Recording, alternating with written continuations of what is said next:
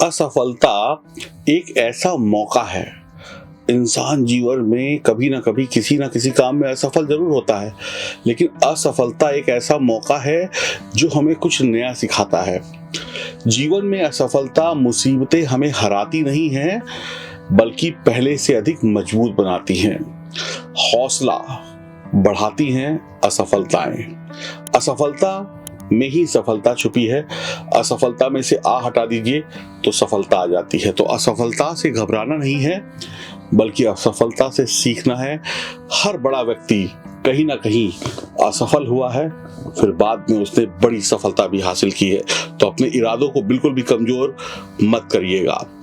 मेरा नाम है एस्ट्रोलॉजर सचिन सिक्का और मैं लेकर आया हूं आपके लिए अप्रैल 2024 का मासिक राशिफल। वृषभ राशि वाले अप्रैल 2024 का मासिक राशिफल, मंथली प्रेडिक्शन अप्रैल 2024। हम ना आपको कुछ गलत बताएंगे ना कुछ सही बताएंगे, वही बताएंगे जो सच होगा। हम इस वीडियो में बात करेंगे शादी की, आपके वैवाहिक जीवन की, आपके प्रेम संबंध की, आपके करियर की, आपकी शिक्षा की, आपके घर परिवार की, देश विदेश की यात्रा की। सबसे पहले आप अपनी इस कुंडली पर नजर डालिए। ये कुंडली जो है, यहाँ पर देखेंगे आप कि 2, 3, 4, 5, 6, 7, 8, 9, 10, 11, 12 ये नंबर्स लिखे हुए हैं खानों में। अब देखिए यहाँ पर केतु जो हैं वो पंचम भाव में बैठ गए, जहां पर 6 नंबर लिखा हुआ है और पूरे महीने यहीं पर रहेंगे। मंगल और शनि जो हैं आपके 11 नंबर जहां पर लिखा हुआ है वहां पर बैठ गए। ये कर्म का भाव है। मंगल और शनि आपस में परम शत्रु हैं। राहु, शुक्र और सूर्य जहां पर 12 नंबर लिखा हुआ है वहां पर बैठ गए। ये 11वां घर है और 11वें घर को आशीर्वाद है कि यहाँ से व्यक्ति को शुभ परिणाम ही मिलते हैं, क्योंकि ये घर है लाभ का, प्रॉफिट का। बुध और गुरु जो हैं आपके 12th हाउस पे बैठ गए, जहां पर 1 नंबर लिखा हुआ है। ग्रहों की स्थिति देखी, चंद्रमा जो है वक्त वक्त पर अपना स्थान परिवर्तन करते रहेंगे। अब 13 अप्रैल को सूर्य मेष राशि में चले जाएंगे, जो कि बहुत बढ़िया होगा, और मेष राशि में जाएंगे तो सूर्य उच्च के हो जाएंगे। 13 अप्रैल को सूर्य मेष राशि में चले जाएंगे तो बहुत बढ़िया होगा, क्योंकि यहाँ पर सूर्य उच्च के होते हैं। 23 अप्रैल को मंगल भी मीन राशि में चले जाएंगे। 25 अप्रैल को शुक्र मीन राशि में चले जाएंगे। बुध ग्रह बीच बीच में वक्री होंगे और पूरे 24 दिन तक इस अप्रैल के महीने में वक्री रहेंगे, और चंद्रमा मैंने आपको बताया वक्त वक्त पर अपना स्थान परिवर्तन करते रहेंगे। सबसे पहले बात करते हैं सेहत की। पहला घर यानी कि जहां पर 2 नंबर लिखा हुआ है, ये पहला घर जो है ये होता है पाचन तंत्र का, यानी हमारे डाइजेस्टिव सिस्टम का। तो पहला घर जो है उसके स्वामी क्या है? शुक्र बैठे हुए हैं आपके 11वें घर में, क्योंकि यहाँ पे 2 नंबर लिखा हुआ है पहले घर में। जहाँ पे 2 नंबर लिखा हुआ है वो है पहला घर, और यहाँ के स्वामी शुक्र हैं, क्योंकि शुक्र 2 राशियों के स्वामी हैं। तो 2 नंबर यानी कि वृषभ राशि और 7 नंबर यानी कि तुला राशि। तो यहाँ पे आपकी कुंडली में शुक्र किस किस भावों के स्वामी हो गए? एक तो छठे भाव के स्वामी हो गए और एक लग्न के स्वामी हो गए, और लग्न का स्वामी और छठे भाव का स्वामी बैठ गया राहु के साथ 11वें घर में, और यहाँ पर सूर्य भी इसके साथ में है। तो अब आप देखिए कि 25 अप्रैल तक शुक्र मजबूत स्थिति में है, क्योंकि 11वां भाव प्रॉफिट का है, इच्छा पूर्ति का है। तो आपको लाभ यहाँ पर होंगे, यानी सेहत में कोई बहुत बड़ी दिक्कत नहीं आएगी। और 11वां घर है लाभ का, प्रॉफिट का, परिवार का, रिश्तों का। तो सेहत ठीक बनी रहेगी, सेहत में कोई बहुत ज्यादा दिक्कतें नहीं आने वाली हैं। थोड़ी बहुत सावधानी के साथ आप पूरे महीने को एंजॉय कर सकते हैं, खासकर 25 तारीख तक। और 25 तारीख के बाद आपकी रोग प्रतिरोधक क्षमता थोड़ी सी कमजोर हो जाएगी। तो महीने के जो आखिरी दिन है वहां पर आपको थोड़ा सा ज्यादा ध्यान रखना पड़ेगा अपनी सेहत का। तो 25 तारीख तक आप कह सकते हैं कि आप फिट रहेंगे। 25 के बाद आपको थोड़ा ज्यादा ध्यान रखना होगा। लेकिन यहाँ पर एक खास बात और भी आती है कि जो लोग विवाहित हैं, जिनकी शादी हो चुकी है, उनकी पत्नी, यहाँ पर हम बात उन पुरुषों की कर रहे हैं जिनकी पत्नी है, तो उनकी पत्नी को थोड़ी सी सेहत की समस्या आ सकती है। इस बात का ध्यान रखिएगा। कई बार ग्रह आपको जब परेशान करने पर आते हैं तो आपको नहीं, आपके चाहने वालों को भी बुरा रिजल्ट दे देते हैं। तो यहाँ पर अगर आपकी शादी हो चुकी है, आपकी पत्नी है, तो अपनी पत्नी की सेहत का पूरा ध्यान रखिएगा। पुरानी किसी बात पर आप लोग की अनबन भी हो सकती है, और पुरानी बीमारी पर भी नजर रखिएगा। अब उपाय बता देता हूँ कि ना आपको कोई दिक्कत हो ना आपके जीवन साथी को कोई दिक्कत हो, तो काली गाय का दान करें या सफेद गाय की सेवा करें, उसे चारा वगैरह खिलाएं, इससे बढ़िया होगा। अब बात करते हैं शिक्षा की, पढ़ाई की, एजुकेशन की।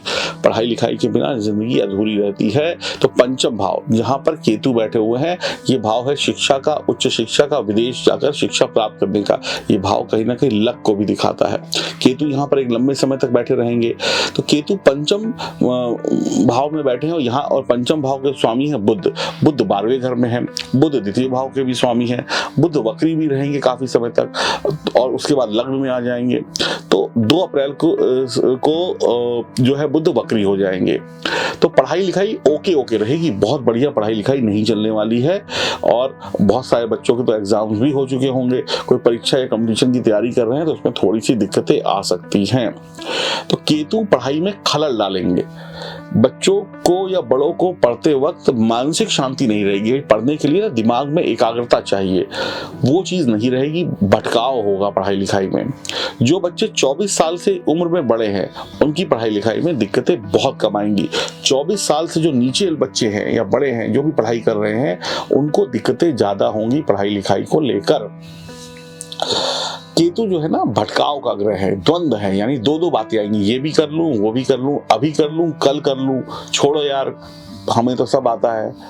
इस तरीके से आपके मन में भटकाव केतु पैदा करेंगे और आपको चिंता, मतलब बाद में चिंता होगी जब आप पढ़ाई नहीं कर पाएंगे, यानी एग्जाम देने जाएंगे तो वहां कुछ नहीं आता होगा।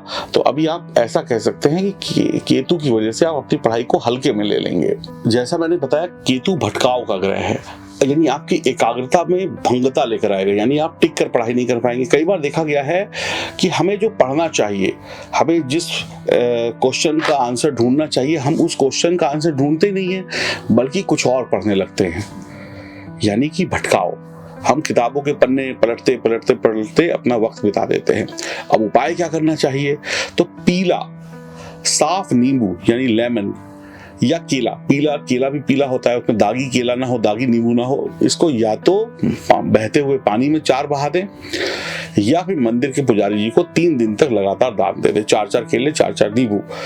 गुरु की सेवा, गुरु कौन है? आपके पिता हैं। गुरु कौन है? धर्म गुरु हैं। इनकी सेवा या बृहस्पति के उपाय, केसर लगाना भी बृहस्पति का उपाय है, मंदिर जाना भी बृहस्पति का उपाय है, कुत्ते की सेवा से भी केतु खुश होते हैं, ये उपाय कर लीजिएगा तो पढ़ाई लिखाई में भटकाव नहीं आएगा और बढ़िया तरीके से पढ़ाई कर पाएंगे। प्रेम संबंध की बात की जाए, लव लाइफ की बात की जाए, तो पंचम भाव प्रेम प्यार का भी है।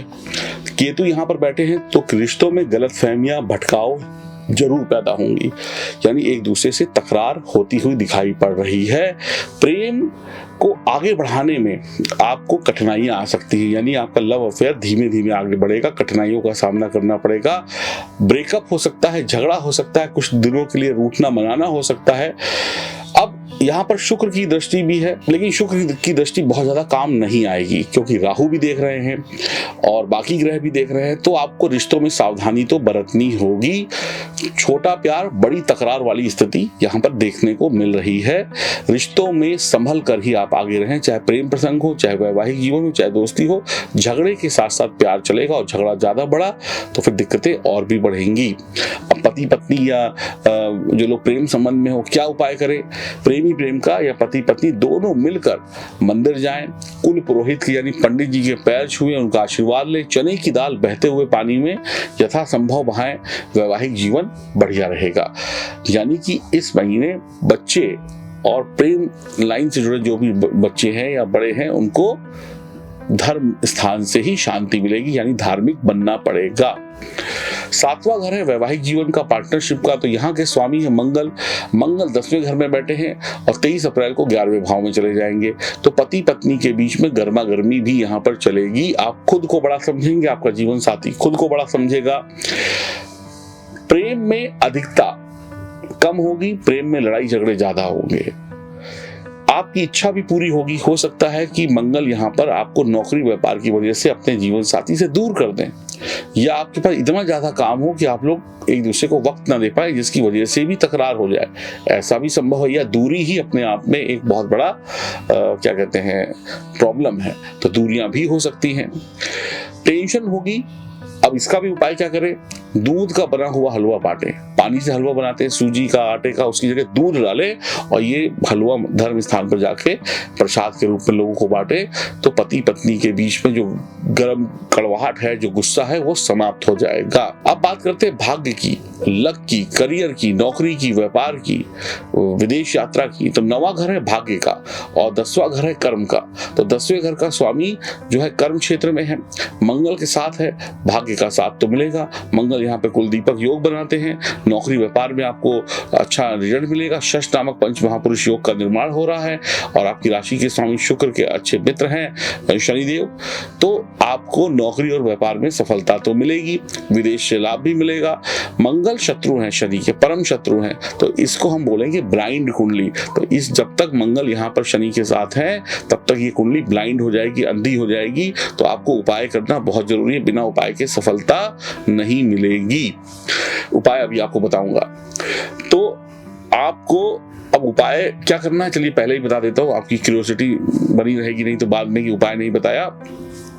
तो आपको 10 अंधे लोग, यानी अंधे स्कूल में जाइए, अंधा आश्रम में जाइए, वहां पर 10 अंधे लोगों को, वो भी पुरुष होने चाहिए, दिन के समय जब सूरज उगा हो तो उन्हें लड्डू दे। मोतीचूर का लड्डू हो या कोई भी लड्डू हो, पीला लड्डू तो ज्यादा अच्छा रहेगा मोतीचूर का, वो लड्डू उन्हें दें, उन्हें दान दें, अपने हाथ से खिलाएं, अपने सामने खिलाएं। पुरुष 10 अंधे लोगों को जो 100% ब्लाइंड हो। ये करने से भी आपको लाभ मिल जाएगा और अपने गुस्से पर कंट्रोल करें। फिर अगर आपने ये उपाय कर लिया तो पूरे महीने आपको नौकरी व्यापार में कोई दिक्कत नहीं आएगी, भाग्य भी आपका बढ़िया चलेगा और आपके काम भी बनते चले जाएंगे, सुख सुविधाएं मिलेंगी। थोड़ा डिले संभव है, मंगल और शनि की युति थोड़ा सा डिले कराती है, तो गुस्सा मत होइएगा, अग्रेसिव मत होइएगा, सब कुछ मिल जाएगा। जो डॉक्टर हैं, टूर और ट्रैवल का काम करते, प्रॉपर्टी का काम करते, बिल्डर है, IT से जुड़े हैं, इंजीनियर हैं, इनको लाभ मिलने वाला है। मंगल दशम भाव में बेहतरीन अच्छे रिजल्ट देते हैं। तो अगर आपने ये उपाय कर लिया, अंधे लोगों को लड्डू खिला दिया, तो आपके वारे न्यारे हो जाएंगे, काम भी चलेगा, किस्मत भी चमकेगी, नौकरी व्यापार में भी तरक्की होगी। अब उपाय आपको पता चल गया है, अंधे लोगों को, 10 पुरुष अंधे लोगों को लड्डू खिलाना है। उम्र कुछ भी हो सकती है। 1 तारीख, 2 तारीख, 9 तारीख, 10 तारीख, 18 तारीख, 19 तारीख, 20 तारीख थोड़ा सा संभल के रहिएगा। 3 तारीख, 4 तारीख, 5 तारीख, 6, 7, 8, 14, 15 बढ़िया है। 11, 12, 13 तारीख आप अपने परिवार के साथ, अपनों के साथ बहुत अच्छा वक्त बिताएंगे। विशेष बातें, प्रेम में जुनून आपको दिक्कत देगा। बिना सोचे समझे शेयर मार्केट में पैसा लगाना दिक्कत दे सकता है। काम और व्यापार बढ़िया चलने वाला है। माता पिता और बड़ों और गुरु के आशीर्वाद से और धर्म स्थान से जुड़ने पर ही आपकी तरक्की तय है। करियर आपका आगे बढ़ेगा, नया स्टार्टअप वगैरह लग सकता है, देश विदेश से सफलता मिलेगी, गुस्से से बचना होगा। मैंने आपको 3-4 उपाय हर एक समस्या के साथ में बताए, इन उपायों को करिएगा, दिक्कत नहीं आएगी। सूर्य और शुक्र का जब भी कॉम्बिनेशन किसी भी भाव में बैठे तो हमको शॉर्ट टर्म प्यार मिलता है।